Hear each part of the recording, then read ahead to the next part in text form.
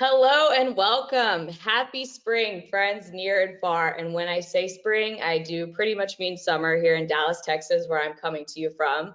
And speaking of near and far, we actually have two gentlemen on the call, one from Dubai and one from San Francisco. So that's exciting. We are scattered all over the place. My name is Christy Jobman. I am a marketing manager here at Sojourn. And first and foremost, thank you so much for joining us for the part 2 of our 5-part webinar series on the cookieless world. If you're new here, the goal of this series is to really help you understand the solutions and steps that you need to take to thrive in a third-party cookieless world. And we know this topic can get rather in the weeds and technical, so we're going to try to do that in the most simplified manner possible for you. Actionable takeaways for travel marketers is the name of the game for this series. We know the sunset of third-party cookies is coming in 2022, and again, we just want you to feel really educated. So rewinding for a brief second here, we had a ton of people tune in for our first webinar that was 2 weeks ago on the future of advertising in a third-party cookieless world. And we think the size of that audience really reiterates how important this conversation is. So in that webinar, we started with the basics. We talked through what cookies and pixels are, their current function, and then what the future will look like without them, kind of focusing on some of the opportunities it'll provide. If you did miss that, please tune in to that recording on our website. But now that we've laid the foundation, today is really going to focus on the meat of Sojourn solutions and what travel marketers can do to implement them now. Which brings me to the solutions for travel marketers in the cookieless world. We are really excited about this agenda today because, again, we get to share solutions that teams across our company and in conjunction with some of our awesome key partners have been thinking about and creating for well over a year. Of course, as we know, given Google's recent announcement and other changes, we'll continue to remain really fluid and adaptable, and we'll keep you posted on those changes. With that, today we will reiterate the impact of a third-party cookieless world and what that will do for advertising. We're going to deep dive into hashed emails. We'll look at first-party cookie IDs and pixels, and then what their role will be in the online advertising's continued success. And finally, we will talk about how you can utilize all of that rich historical booking data that you already have in your tool belt for advertising in the future. As always, we've got an amazing pair of experts on the mic today, and they're going to share their knowledge with you to round out in the Q&A session.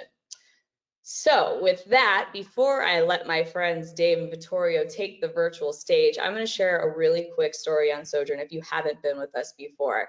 However, if you haven't been with us before, we sincerely hope that we give you enough knowledge shares you come back and see us again.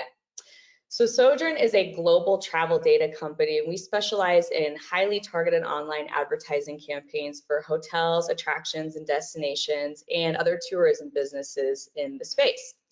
So we've amassed thousands of global data partners, and they give us access to real-time travel data. And what this data does is allow us to understand guests that are coming to your market, introduce them to your brand, and ultimately drive them to learn more about your business via multi-channel ad campaigns, with, of course, the goal being to drive them to book directly with you or come and see you.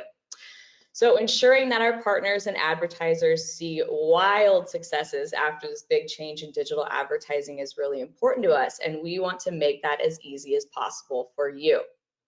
Okay. Enough about me and Sojourn. Let's get to the fun stuff. So first off, we've got Dave, our VP of product here at Sojourn and our truest champion of all things cookieless world, and he will be walking us through Sojourn's solutions, our 3 pillars to support marketers in a third-party cookieless world, and then, as I mentioned, how you can implement them. And then Vittorio will share some of knowledge with Dave in the Q&A. So without stealing too much of their thunder, I'm going to pass the virtual mic over to them to share a little bit about their background. So over to you, Dave. Hi there. I'm Dave Golden. I'm head of product for Sojourn, and I've been at Sojourn for a year now, just a little over a year. But my experience in ad tech dates back 20 years. In the past 10 years, I focused on the retail vertical, which is relevant to the discussion today, in that we were pioneering in the retail vertical, pioneering the ability to target in-store buyers or to measure advertising, digital advertising's impact on in-store purchases. And of course, in-store, there are no cookies, I guess, unless you're buying from a bakery. But you know, that cookieless approach there has has many analogies and direct implications on what we're all going to do in the travel space. And so I'm excited to share with you today the things that we've been working on over a year to prepare for all the big changes that are heading our way. Great. We're excited to have some of that retail expertise on the call as well. So Vittorio, over to you. Good evening, everybody. I'm Vittorio Guerraia from Dubai, so it's 8 in the evening here. In my case, I only have 11 years of e-commerce and web experience, so Dave, I'm very junior compared to you, I would say, and most of them has been around the vertical of travel. My specialty is in analytics, web analytics, business intelligence, and performance marketing. Of course, as you can read in the slides, I work for the Travel Group, which is the biggest online travel agency of Africa.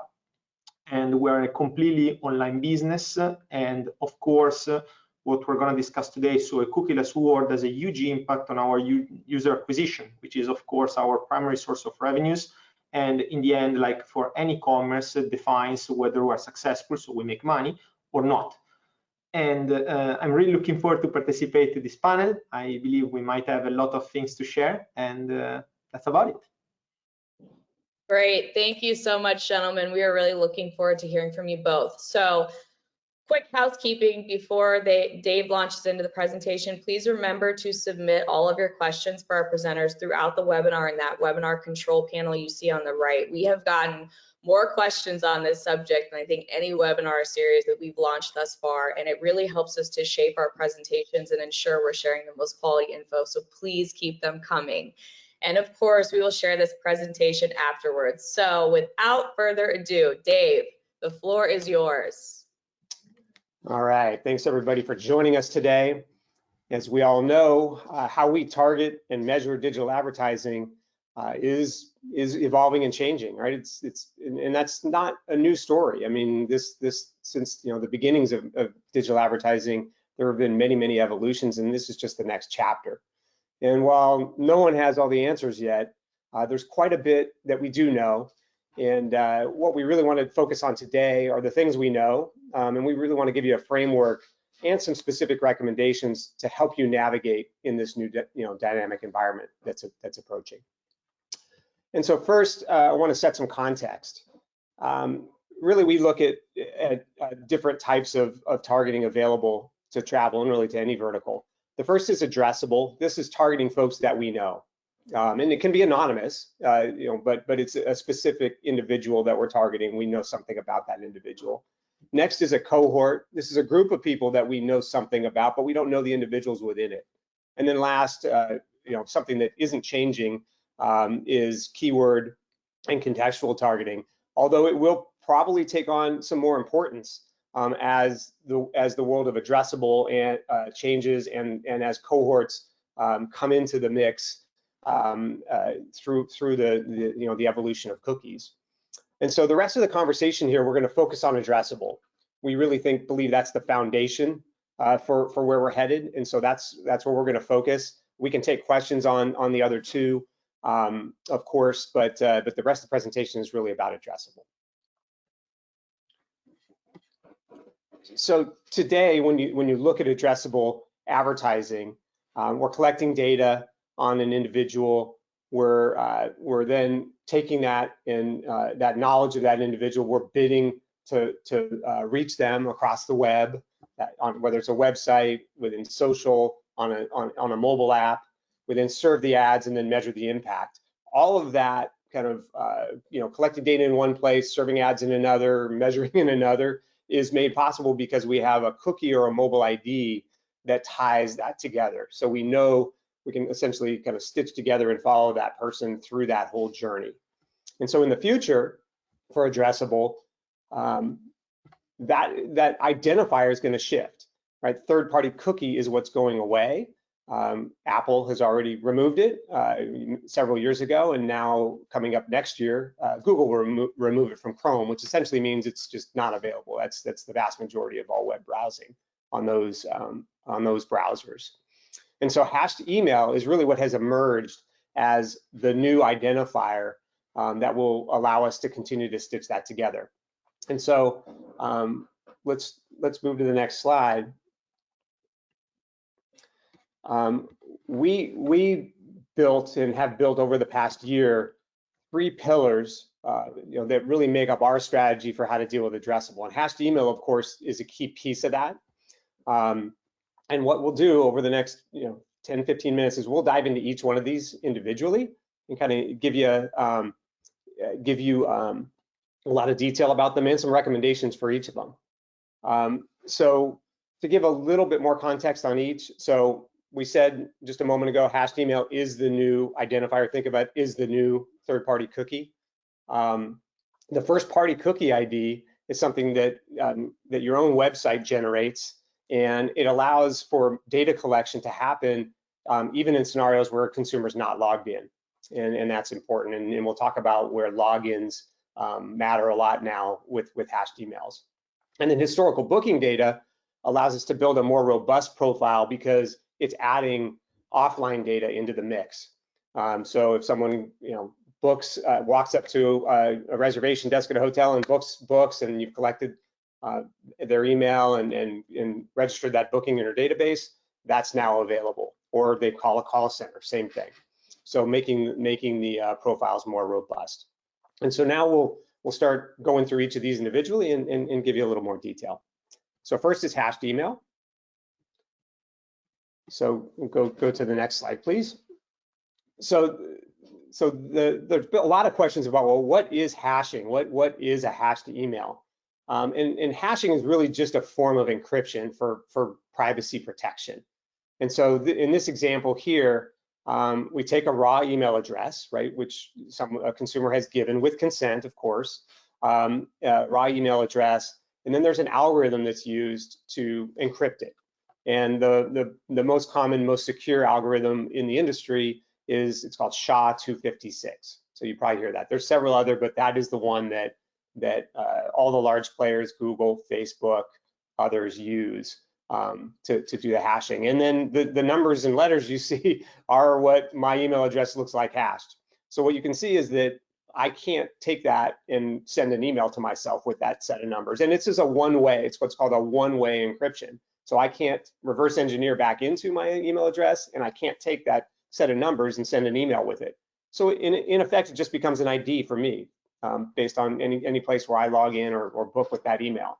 And what's nice about this is that any company using that SHA-256 algorithm will generate that same set of IDs. So that's why we can now stitch together across different companies and systems, the same ID. And that will become important as we talk about one of the main advantages of using hashed email versus a third-party cookie.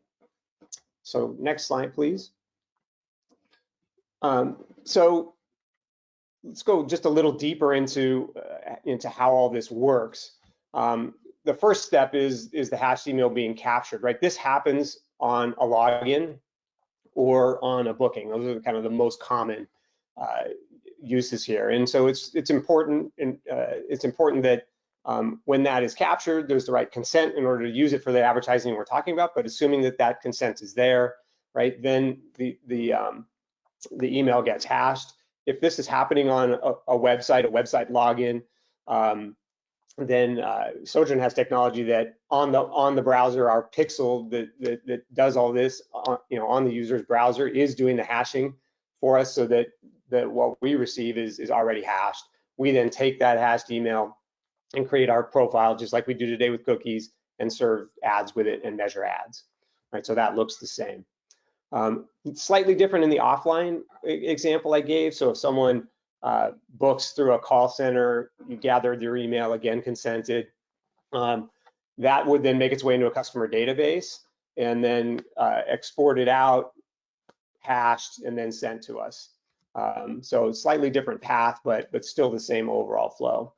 And in the kind of the key point here is that once we have that hashed email for that consumer, we can then essentially target and measure them in very similar ways to what we do today. So next. So a couple of the key pieces here to get yourself ready. One is make sure you're giving consumers good reasons to log in and to give you their email address. Back to my experience in retail, I mean, I saw this evolve over the past 10 years in retail. because offline is such a huge part of that business, you see things like every time you go into a store to buy a product now, they want to give you a receipt over email, right? There's consumer convenience there, of course, but a big part of that was to get the data matched back to an email address and then used for targeting and then used for measurement, right? Another thing is every time you go to a retailer's website, first thing you usually get is some sort of a pop-up or a banner that says, hey, give us your email address, we'll show you deals and we'll give you 10% off your next purchase right now. So this kind of incentivizing is going to become a critical core competency for all marketers in this new world, so that we can create that consented, logged-in experience with the consumer. Of course, many loyalty programs exist in travel, and that will be even more important in the future. And then the last thing here is about the consent, right? The whole movement here is about privacy, and so there are some really there are some benefits to using email versus a third-party cookie, because it's definitely much more expected when a consumer gives an email address and provides permission to do marketing, right? That's a pretty specific transaction versus just coming to a website. Yes, the terms of service and the little box I click that says cookies are okay, but it's pretty indirect versus it's a very direct kind of transaction. I give you my email address, I give some permissions, and yeah, now I'm getting marketed to. That's pretty expected. And so the consent you use throughout that, of course, all of this is GDPR compliant as long as that consent is done in the appropriate way. And so that's going to be another piece to make sure that you're managing that consent well. So that really are the key points on the hashed email. Next, I want to look at the first-party cookie. And so on the next slide, we'll define what that is. So first-party is the cookie that your website manages on its own. And the browser kind of enforces that when a consumer goes to a website, that website has access to its own cookie. It's usually used to enhance the user experience in some way. Remember that they had logged in last time, so you don't force them to do put their password in and login information in every time. Site personalization gets used usually around this first-party cookie.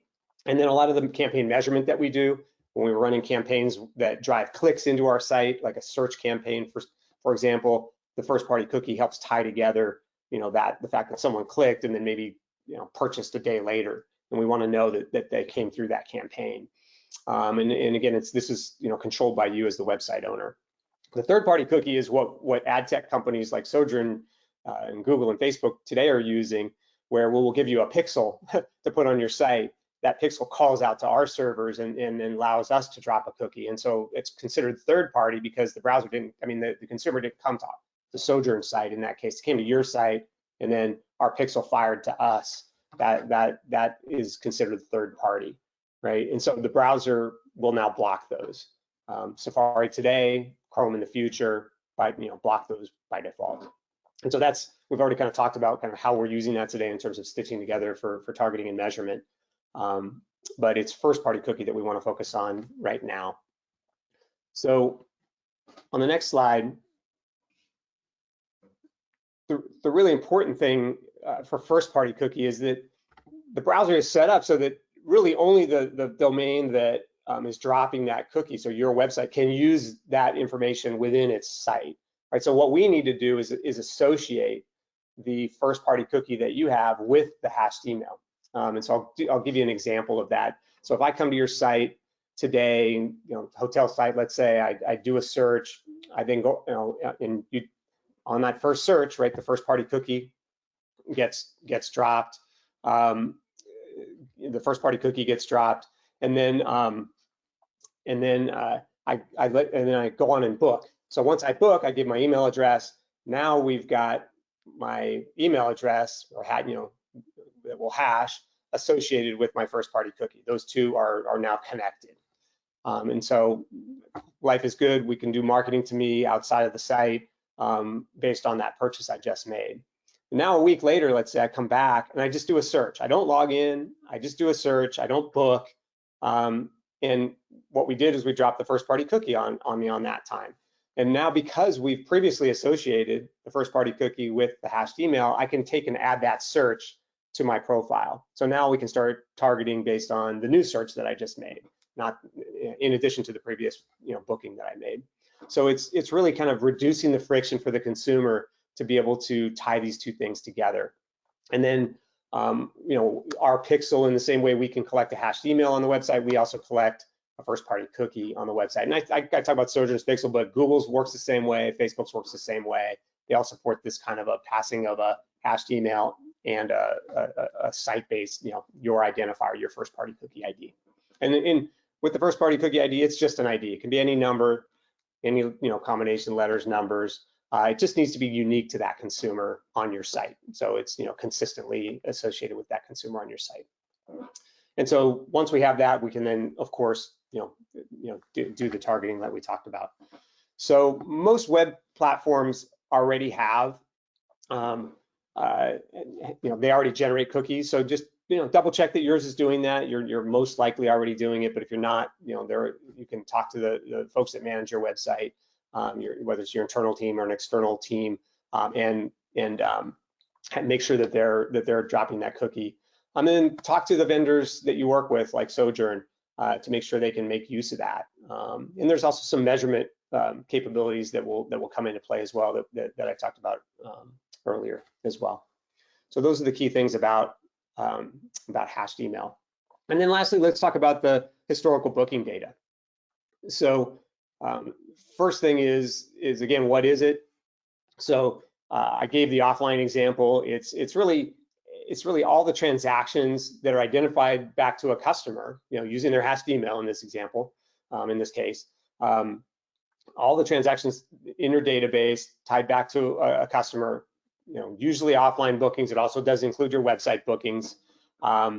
When we talk to new customers, one of the benefits of bringing this data in immediately is that we ask for up to a year's worth of history. So now we're starting from a place where we know something about past customers. All right, so we can do interesting things with that data. We can do lookalike modeling to find prospects. We can reach those customers to try to get them to buy more from our partner. And so being able to seed the partner's data, the partner you're working with database with historical data is important. That's why website bookings are part of the mix, plus the offline bookings. And then when we do the integration on the website, any website bookings from that point forward are being kind of captured in real time through the pixel. And then the value of the historical booking data becomes the offline bookings that we would see as a result. And so, so the types of data that we get from both from the pixel and the historical booking data are represented here. This is just a sample. There's typically, there's more than 100 different parameters that we would support or collect relative to the different verticals here. These are the ones that kind of are most commonly used and give you a feel and flavor for the type of data used for targeting. And again, the biggest gaps are getting that history and then pulling in the offline data. So next slide. It's important to know that, right, you have control over all this, and this data is typically, right, it's used for on your benefit to drive your advertising. It's typically not combined up with any others, just the fact that it's coming in this way. So you get to decide what you share, right? It's important. This is your data. You're deciding what you share in terms of which attributes, which customer segments you're going to provide to whatever partner you're using to activate that data. We then ingest that. We then ingest it, and then same thing happens, right? We create profiles, drive audience targeting, drives optimization and measurement. And then typically, for the privacy piece, the hashing would take place on your end, and then so that what we receive is kind of already hashed or kind of encrypted for the email address.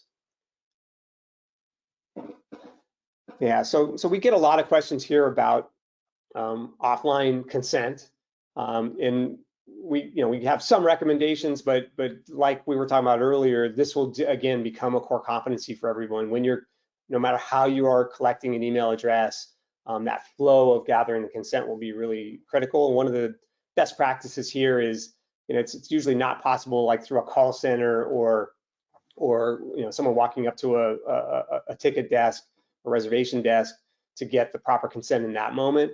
But you're always sending transactional emails off of that. So confirmation emails, follow-ups, someone's about to stay, thank you for staying, surveys. All those transactional emails are opportunities to further get people to sign up for marketing and to provide more consent. And so having that flow, really important is important. The other piece is that make sure you have a customer database of some sort. It doesn't have to be super sophisticated. I mean, CRM systems, property management systems can be really sophisticated, but it could be really simple. And we work with folks that have a customer database hosted on MailChimp or Constant Contact, just their email service. But it's really important that all of your transactions flow into a database where you have an email associated and you can then leverage that. And then of course, work with partners that will activate that will do interesting things with your historical customers. All right, so those were really the three pillars. I want to start kind of wrapping this up and get to our questions as soon as we can with a few key points. The first piece here is that people-based marketing just works better than device-based marketing. And the move from cookies, which are really device-specific, to hashed email, which is person-specific, has some advantages. For example, right, when I'm planning a trip, or when I used to plan trips, I usually are using 2 to 3 different devices to do that. I have a home computer, I have a work computer, I have my phone, and I'm kind of jumping around doing that across those. And so, I have a cookie on each single one of those devices and browsers that I'm using. And so my search journey is kind of fragmented. So folks like Sojourn are going to see bits and pieces of that, and they're not necessarily always going to be able to stitch that together. So it makes the profile not as robust. With hashed email, right, I am logged in using the same email across those 3 devices, and so now we have a more complete picture of me as a traveler. And so that makes both targeting better, but it also makes measurement better. All right, so measurement today, a big challenge is I show an ad to someone on a phone, but then they go book on a laptop, on their computer. Here again, because we can say, if we're targeting based on that, on the email address on the phone, then they book with that same email address on the laptop. We tied that together now, and we can say there was some influence across devices. And then that also goes over into the offline world too, as we've already talked about. So all these factors of moving to people-based are really going to increase the efficiency of marketing. And so when it comes to the full funnel, marketing across that funnel, the world is really, it's going to look different, but there are some things that are remaining the same, right? We're going to be able to have access to all the same channels, right? The programmatic media channels, the social channels, connected TV, all the channels that today are addressable will be addressable in the future for the people where we have the consented hashed email, and we can activate that. And then of course some new stuff will emerge around targeting. And I mentioned it briefly in the beginning, but these cohort-like solutions, Google's Flock solution is one of those, that will become part of the mix.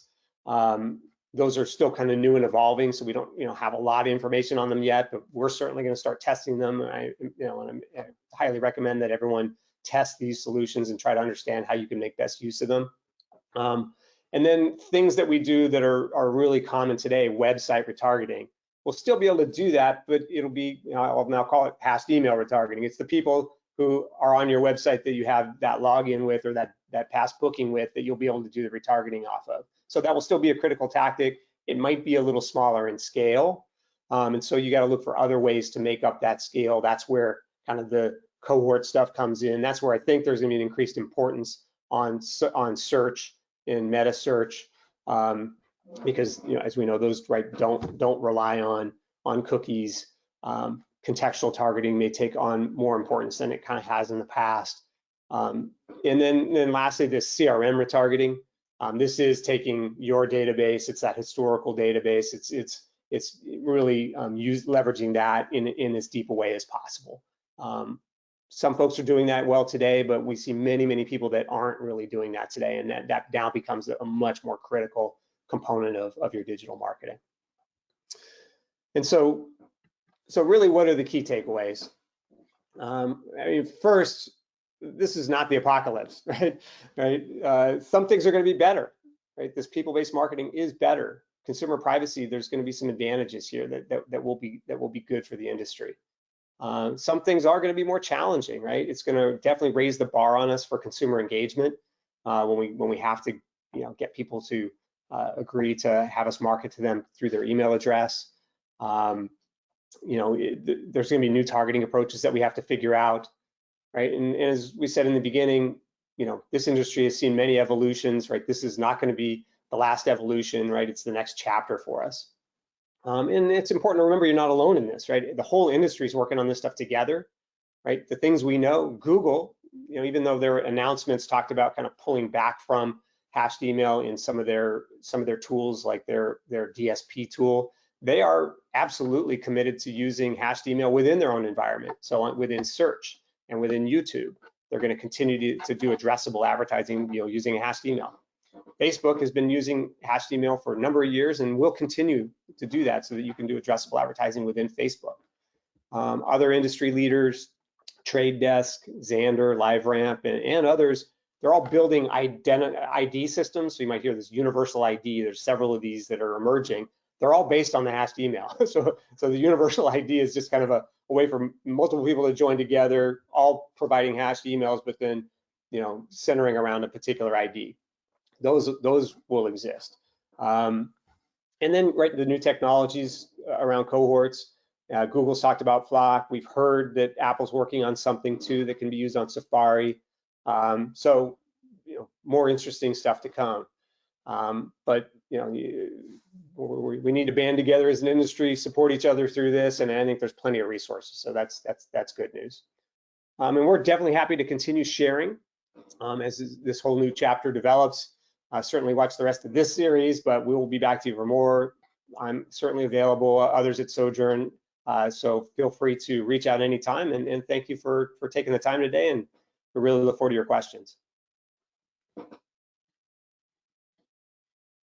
All right, Dave, awesome insights as always. We actually get the pleasure of hearing Dave speak on the Cookieless world to our company on many occasions, and he always gets our team really excited about the future. So we hope that he was able to provide some of that excitement to you too.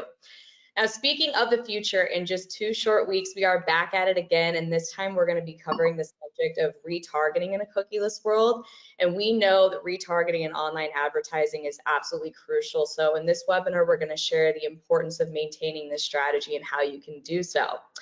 So with that, yet again, we're super excited to see the level of engagement from our virtual audience, and we have a very diverse travel audience on the call today, which is fantastic. So as a quick reminder, if you have submitted a question and you hear back from us right now, we are going to make sure that somebody from Sojourn follows up with you directly. So with that, let's get Vittorio on the mic. So I think this is a big question, and we covered the CRM database quite a bit. Will hashed emails still work if they have, will they only work if they have a CRM database? So if they don't, is that going to be an issue for hashed emails? No, so technically you can anyway use the hashed email as long as it's part of the network and everything is, let's say, connected. So it's going to work anyway. Nevertheless, for travel marketers, targeting is pretty much everything, since it's quite an expensive game. Therefore, our capacity to generate revenues, or let's say increase our conversion rate, directly depends on the capacity to target the right people, which means we need to have recorded and structured in the best way possible as many touch points and interaction with the user. Therefore, having a proper CRM sandbox, which is structured in a logical way, it's, in my opinion, but I would say everyone honestly would agree with me, absolutely mandatory. And probably I would say this COVID year accelerated the process in a way. A lot of companies really spend their time in trying to make it right now. And so that's how I would respond to your question. great. And then, so this one kind of comes on the heels of that. So what about customers that don't provide email information, or you have no email to share or hash? Okay, so in that case, there's not much that can be done, but it's also, as Dave said, it's not the end of the world. It's actually a new challenge in a way. I believe a lot of consumers, honestly, and sometimes even advertisers might agree on the fact that the current cookie possibilities maybe went a little bit too far. So absolutely, customers or consumers, or in a way, people that browse on their devices have the rights to be a little bit more, protecting their privacy. And in this case, they're gonna be protected, which is something positive. It's gonna increase the trust from people to, web-based services like our e-commerce. So for me, it's gonna have a positive impact. Nevertheless, this doesn't mean that these people won't be addressable. They still will. I mean, they're gonna be exposed to advertisement, which is gonna be targeted in a different way. We're gonna discuss this later on, but my gut feeling, or at least what I imagine, is whenever a user won't be addressable over hashed email, most likely we're gonna target through probably network or OS, which seems like to be a potential case. And based on that, we're going to use as much as possible of website statistics. So business intelligence is going to become very primary to propose the best content in advertisement, to do whatever we want to do. Awesome. Anything to add to that, Dave, or did Vittorio cover it? Yeah, I mean, I think maybe one last piece. Like, I think I agree with Vittorio that this is it's a better environment for a consumer in terms of privacy protection. I talked about the opt-ins a little more clear here. I think the opt-out is easier to enforce too. Like with cookies, you have to opt out per cookie. If you delete your cookies and the opt-out goes away, it's very confusing. Here, we can make an opt-out stick because again, that ID is persistent. We know who that person is, so that's clear. The other thing about consumers is that everyone cares about their privacy, but they're always willing to trade some amount of data for a benefit, right? So we all get lots of free content, and we trade that off for advertising and targeted advertising. That's kind of the backbone of a lot of the web, and then for businesses too, right? The loyalty programs and other ways where you kind of make yourself known to the person you're buying from for a benefit it's totally legitimate, and I think that just becomes, again, a thing we all have to get really, really good at. Well, I myself love a good personalized experience, so I would be happy to share my email address to get that in return. So let's look at the other end of the spectrum here. Let's say we're fortunate enough to actually get that hashed email, but we get multiple emails, both personal and work. Is there a way to then determine that they belong to the same user? Yeah, there's actually big companies that are doing that today, have been doing it for a long time. So think about like Experian, Axiom, a couple of companies, big data companies, and they're typically using other personally identifiable information to do that. So it might be your name and address, your home address, to tie together those. And they're also commonly tying together at a household level too. That happens for direct mail. They want to, you don't want to mail the same direct mail piece to 3 times to the same household. So there's typically kind of household tracking, then an individual tracking, then within that individual, multiple addresses, email addresses kind of assigned to them. So those services will still exist, and they'll be leverageable. And then the other point here, I think that people sometimes ask is, if people are using personal and work emails kind of independently for booking travel, will an email alone be good enough? And what we've seen is that people are pretty consistent about their email use across a particular type of purchase. So for travel, like for myself, I book a lot of business and personal travel, but I always use my personal because that's where all my loyalty programs are. And so even if I'm booking for business, I'm still using my personal email login to do it. And we see that pretty consistently. So even if there are multiple email addresses floating out there, it's likely that around travel, one of them will kind of be the dominant one that gets used for building the profile. Great.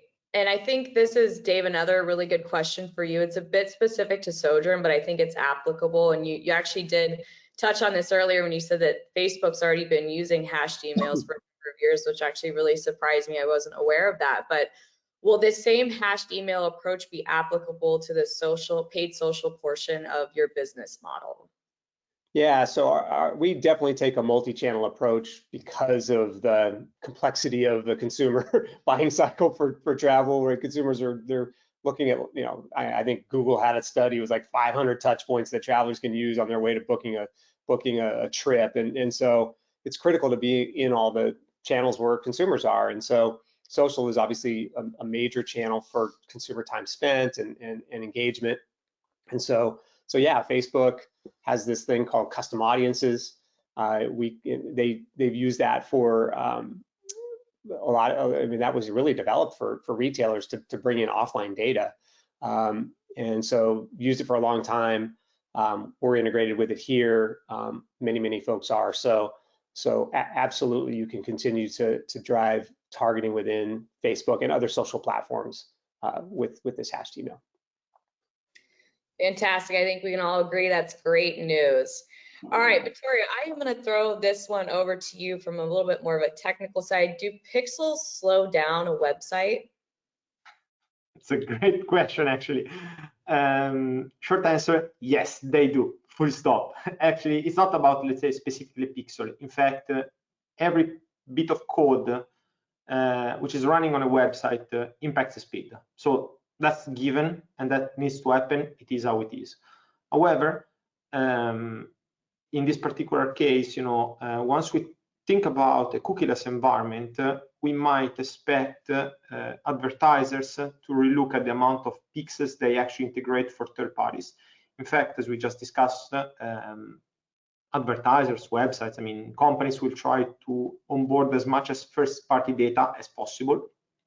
That doesn't really require as many pixels as before. At the same time, considering that the remaining ones are gonna increase in terms of importance because they're most gonna likely, one of the big boys, let's call them, we might also think about developing server-to-server connection that don't slow down the website.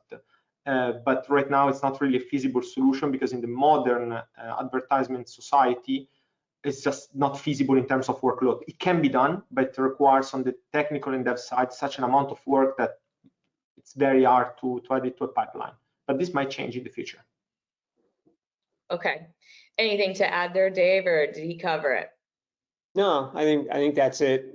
I mean, the big part of having a pixel on a site today is to enable the third-party cookie. It will still continue to be used for data collection with hashed email and with a first-party cookie ID, but I think Vittorio is exactly right. There are going to be less companies kind of doing that because not everyone's going to make that jump to away from the cookie, and some of the analytics are going to shift too. So yeah, I think there will be less burden of pixels, and the server-to-server thing is a real now feasible opportunity.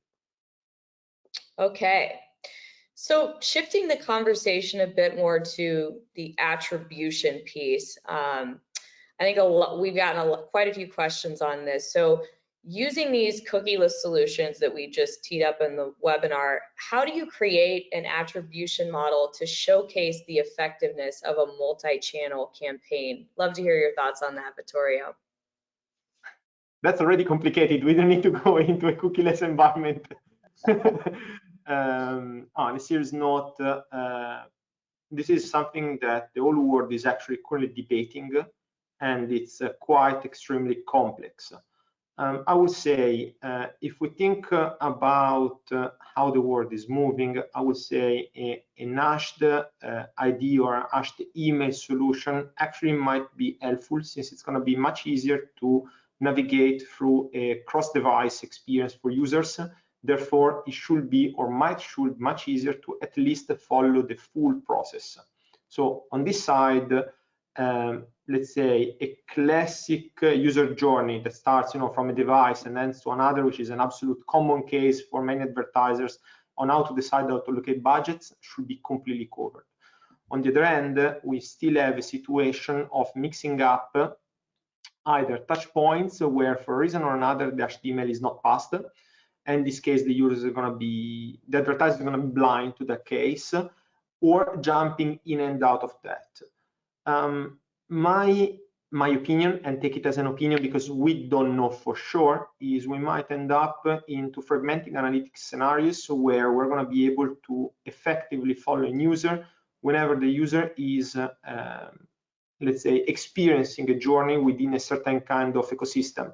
So most likely, we might end up, of course, if we have the hashed ID, straightforward, we can follow whenever it happened. If not, we might end up in having users that can be reconciled, but they're going to be iOS user, perhaps, and then Google users, and then trying to match them into a unique journey. Not easy. We don't know what it's going to look like, but I don't know, Dave, what you think about it. But today, this is more or less the kind of idea I have.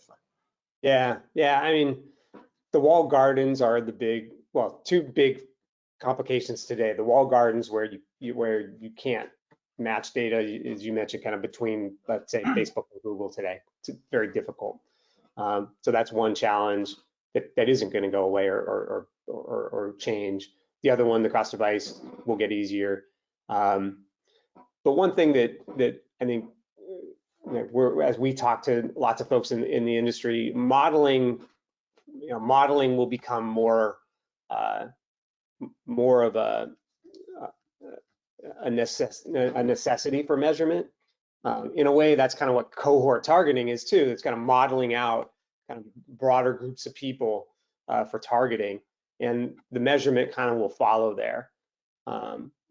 So I mean, I think one of the things that is a little bit of a fallacy for digital marketing today is that, hey, because we can get these direct links, we served an ad, someone clicked, then they converted, that, hey, that's a direct pure measurement. Well, it's pretty directional even with that, because it wasn't just that one thing that the consumer did or saw. They might have heard from a friend about your business and then did a search and then clicked. And was it Google that drove that thing? Partially, but not 100%. And so all of those kind of effects are today, our measurement's always been directional. And so we got to get a little comfortable with that, and then apply some of these other modeling approaches to try to figure that out. People talk about media mix modeling when you're trying to figure out how does television and catalogs and digital advertising work.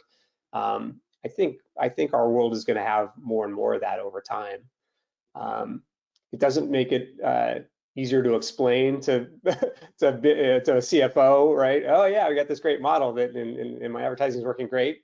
So there are challenges with it, but I guess the point is that some stuff is measured directly, some stuff's kind of modeled or directional, and we gotta through some testing and kind of good experiment design, I guess we'll get comfort that our tactics are working.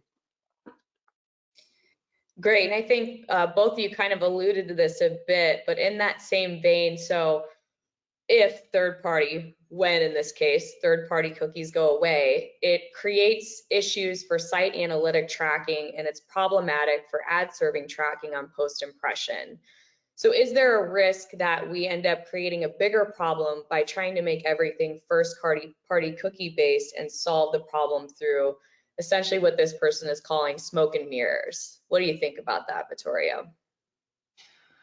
Well, not really, yes and no. So for sure, or at least what we believe is once we move everything to first-party data, it becomes much, much easier to create proper modeling. And as Dave started to say, proper modeling is not just, let's say, a pure representation of the reality, but it's modeling. Therefore, there is a degree of forecast, a degree of historical, a degree of statistics in. So, once we discuss about modeling, we discuss about intervals of confidence.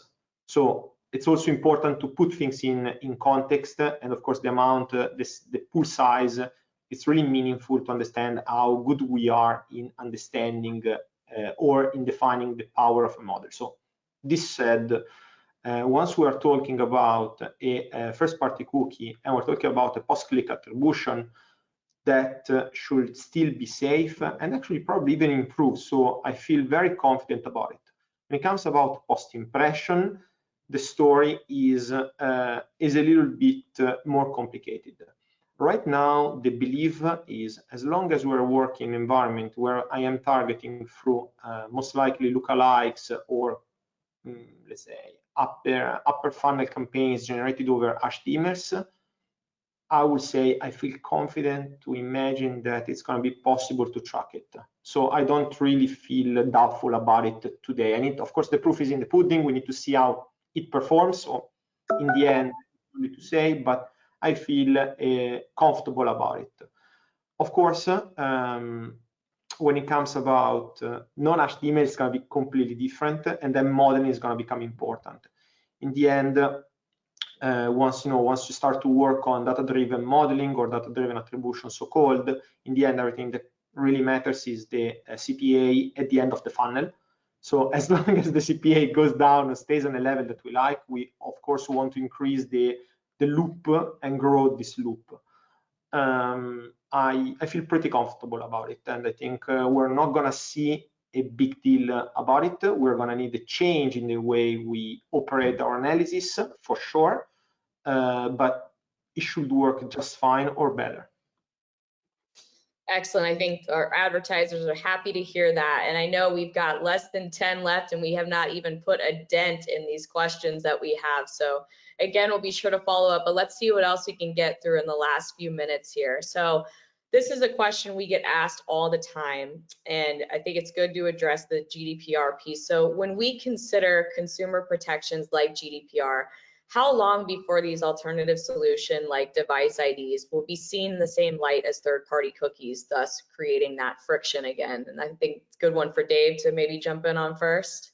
Sure. I think it's real important to note that GDPR is not saying that we can't use third-party cookies. This was not a GDPR-driven thing. This was a decision by companies that own browsers. Like Apple went down this path first.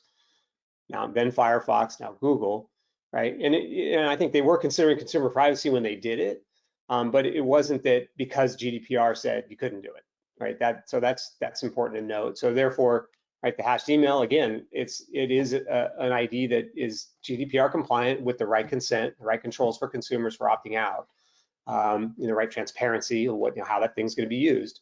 So we're okay there. I mean, under privacy rules, it's okay to target using full PII, name, address, everything, as long as you have the right consent and control and transparency, right? So that is really the privacy principles. What does the consumer know? How can they control it? And yeah, cookies I mean, legitimately, right? Apple and Firefox and Google, like there are some issues with third-party cookies. They're a little opaque for a consumer, and so. As we move into more and more transparent mechanisms for identifying consumers and using and targeting and measuring, I think it gets better, not worse. Not to say that some company may take a different stance and try to drive the industry in a different direction in the future. That could happen, but I'm not concerned that this is just a shell game where we're trying to kind of keep one step ahead. I think this is a legitimate improvement. Great, and you mentioned Apple, so I think we've got time for one more question. This has come up quite a bit with the new iOS update. So beyond cookies, how about the current challenges and contention facing iOS updates and tracking between Vittorio, we'll call it like you called them earlier, the big boys, Google, Facebook, and Apple. If you want to shed some light on what you think about that. Well, I believe everyone right now is a little bit fighting with the Facebook integration after the latest iOS release. It's a big one, but it's actually a good, I would say, workout to see how the future is going to look like. Now we go into the speculation. Let's say the forecasting of the future. So for sure, what we see happening is a fragmentation of environments where we're going to have split analytics based on the big boys, so-called. Sorry guys, I just came up with that and now I'm gonna use it because it actually works. I think it's great. Go with it. So of course, let's say what's happening right now in iOS, for the ones that are not really practical with it, is the new GDPR implementation, let's say application that they brought on board. It's really limiting the advertising capacity to use cookies to generate audiences, lookalikes, and so on. So we're actually starting to experience what this means. We expect Google, of course, to follow anytime soon, and Apple is already on the, as I said, let's say Apple already started. So what we expect is these providers, these huge organizations, to drive and try to get as many users as possible to stay close in their ecosystem, and therefore to have separate analytics. Facebook just is going to take down their own analytics soon, probably to release a new one. So this is happening as we speak.